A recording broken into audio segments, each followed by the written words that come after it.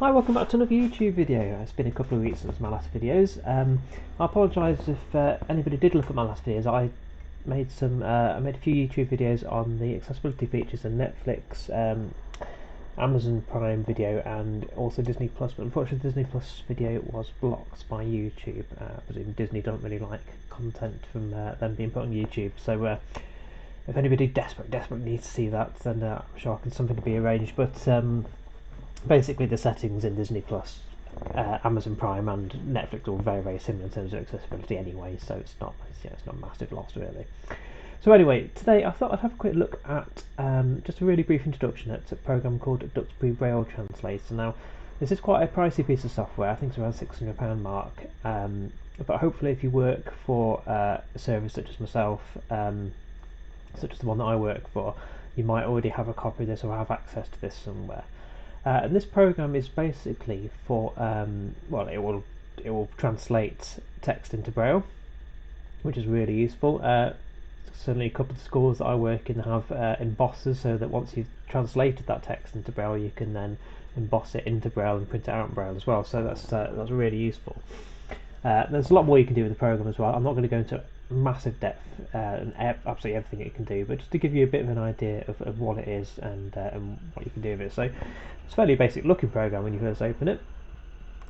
So I'm just going to go to a new document. Just bear with me a second. Now, it comes with all the different document settings, templates and things, so you can have it in fully contracted Braille, you can have it in uncontracted Braille, loads of different languages, all sorts of different options on there. I have one set up at the moment for a young man that I'm working with, who isn't quite into grade 2 Braille, but he's a little bit past grade 1, so he's learnt some of the contractions, he's learnt all the whole word, most of the whole word signs, he's learnt like things like th, sh, wh, that sort of thing. So I'll just leave it on that for now, it doesn't really matter. Okay, so I've set a new document. Now what I could do is I could just paste some text into there if I wanted and have it translate for me. So let's just pop onto the internet and we shall find something there. Just open a new window. So just bring my emails and things up. Right, just bear me a second. So yeah, so this program is really useful. Certainly takes some of the time constraints away. I spent quite a lot of time with the Perkins Brailler, which I'm sure you're familiar with, brailing out quite a lot of work and things as pupils in the past, and sometimes you still need to do that. But if you have got something like this, you've got great big books and things, it really is very useful if you want to just just type something out. So I'll just go to any website, it doesn't really matter what we go to. Let's go to BBC News. So certainly recently I've been embossing quite a lot of Oxford Reading Tree books. So I'm typing them up first, which again a little bit time consuming, but I'm quite quick at typing, so it's a massive issue. Or finding them on various websites, and then translating them and then embossing them. So there's a little bit of formatting and things you have to do, but it's still much quicker than actually just typing everything manually on the Brailler. So let's just go to any of these articles. It doesn't really matter which one we go to. US elections. Should be interesting. Right, and I'll just copy a bit of text. Again, it doesn't matter what text I'm copying, so that will do for the minute. Okay, so let's get back to here and paste that in there. Okay, so with the particular user that I'm using this with at the moment, he also has his Braille double line spaced at the second while he's still learning, so that's why you'll probably see this spaced out the text in here as well, because we've got something set up, like a code set up, so that it will double line space it like that. By default, it will put the lines together. So, okay, so I've got my text, not a very exciting piece of text, but it will do for the moment. And if I click on File, I can click on Translate, or I can press Ctrl and T on the keyboard, it will translate it for me. And there we go, quick as that. Now you'll notice when you click on the text at the bottom of the screen here, it tells you what it actually says as well, which is quite useful. And then you can go through and check. You might want to change some of the contraction and things like, oh actually no, perhaps he doesn't know this contraction, I want to type OV in instead. And this is where you'd use your keyboard, so you'd use the FDS and JKL keys on the keyboard like you would a Brailler. So if I want to type an O, for example, I'd press F, S and K on the keyboard and then type an O, and then I can type an F with F, D and J on the keyboard. So just like you imagining you're typing on a Perkins Brailler, so you can type in that way as well if you want to. I'll put the contraction back in for now. Oops, back in for now. Okay, so it's a good way to check as well if you've made a new state, or if there's anything that needs changing in here as well. So this particular young man, like I say, he knows some of the corrections. He knows of and for of the one with. He knows things like the single whole words like this one, like will, and things like that. So and the and stuff like that. So yeah, so he's he's getting there. Still quite a long way to go, but he's certainly getting there with some of them. So that seems to have done a pretty good job of translating it for me, which was really useful. Now, one really good thing about this program, excuse me, so is, like I say, you can set it up for different. If you're running through a particular Braille scheme with somebody, let me just start a new document. 1 second. That one's going to go to the. Where's it gone now? Can't remember what it's under. I think it's under English. Let's go to. Let's just go to English UAV basic, that'll do. Right, start a new document. Okay, so let me just quickly paste that again. See, so it's not double line space this time, and I press Control and T to translate it, so you can see the difference on there. I'll actually put some of the contractions in. Let's translate that back again. So what you can do is, if you click on, I think it is in Document, yeah, you can go to Translation Tables for language and things, but you can also go to Learning Tables. So in here, you've got lots of different Braille schemes already set up within here. So the young man I'm working with has been sort of loosely working on the Takeoff series, but it's kind of changed a little bit from that. So I think the closest one we found was actually one of these ones was closest to what he was currently working on.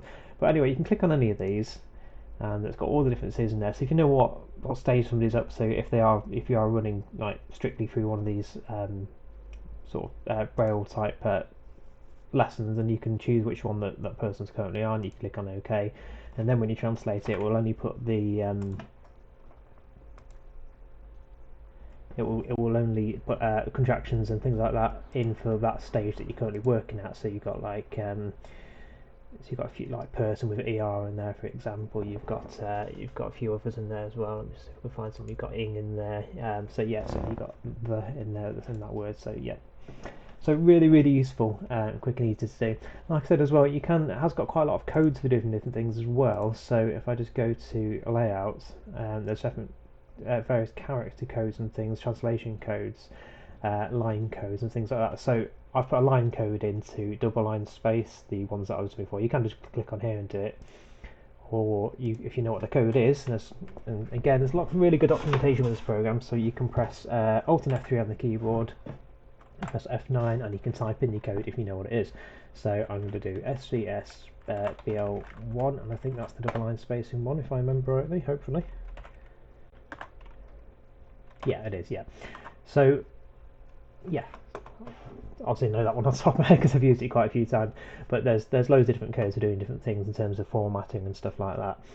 The help menu is very good on here. If you go to help and help topics, it basically goes to help screen on here, but it's also got very good online help, which is pretty much mirrored on here really.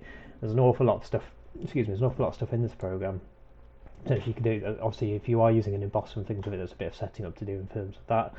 That sort of thing. But once you've got it set up and you've got it going with it, and if you've got specific people in mind, you can have it set up for loads of different users, different people at different stages of Braille, or even different languages, and you can do all sorts of stuff with it. You can also do some Braille maths type things with it, and that sort of thing as well. So that is just a really, really quick overview of Duxbury.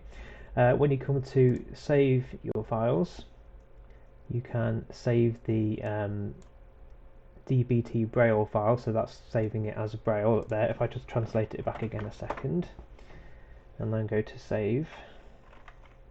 Oops. So I didn't click on that one. And go to save now, save as. You'll notice it changes the file type to DBT print, so you can save your print version, and then you can save your Braille version as well, which can be quite useful if you want to change your print version later on for somebody else, for example. So lots of different options in there. There are lots of different other options as what you can save it as well, Word documents and so forth. If you have a program called PerkyDuck, which I've mentioned before in the past, which I'll put in the description, PerkyDuck is basically a very much a cut down version of this program. which lets you just type into Braille only. It won't let you have all the text. It won't translate things, but it's free, so you can't really complain too much. You can save things in PerkyDuck and open in this, but you can't do it the other way around unless you've saved it in PerkyDuck first, gone into this, just made changes, and then go back into PerkyDuck. You can do it that way around. It's a bit of an odd one, really, but you can do that. So that's been useful for me recently because I've been given some Braille lessons on Zoom, obviously because of COVID and things at the moment, to one of the teachers in our service, and it's a little bit tricky holding the camera to your Perkins Braille and seeing what you're brailing and whatnot. So she's been using the free PerkyDuck program, and I've been using a combination of PerkyDuck and this program to sort of do some Braille homework for and that sort of thing, and share my screen, and so she can do things over the internet and stuff like that. So really useful for that sort of thing as well. So I think that's basically in a nutshell. Obviously, there's an awful lot more different things I've not covered in this introduction. There's lots of different options for like document layout, and you can do things like changing margins and all that sort of thing if you're going to be ring binding it and things like that. So there's quite a lot of stuff in there. There is not, like I said, the whole menu is very good. It's quite lengthy, but once you know what you want to do with it, you can just focus on those particular areas and do what you want. So yeah, so if I just go back into Braille mode a second. Oops. So just type something in first. Right, let's just translate that a sec. So you can just, like I say, you can just type in things straight into Braille as well if you want to. This is me demoing what am I doing? DPT, excuse me, on the computer. There we go. So yeah, you can type Braille straight into it as well. So really useful, and you can change your font sizes and all that sort of thing as well. So that's just a really brief introduction for Duxbury Braille Translator. I'll put some more information in the description of where you can find it, and you can download a trial version of it as well. So the trial version just won't let you save your documents, unfortunately, but at least it will give you an idea of what the program can do. Okay, thank you very much for watching, and see you again soon. Thanks a lot. Bye.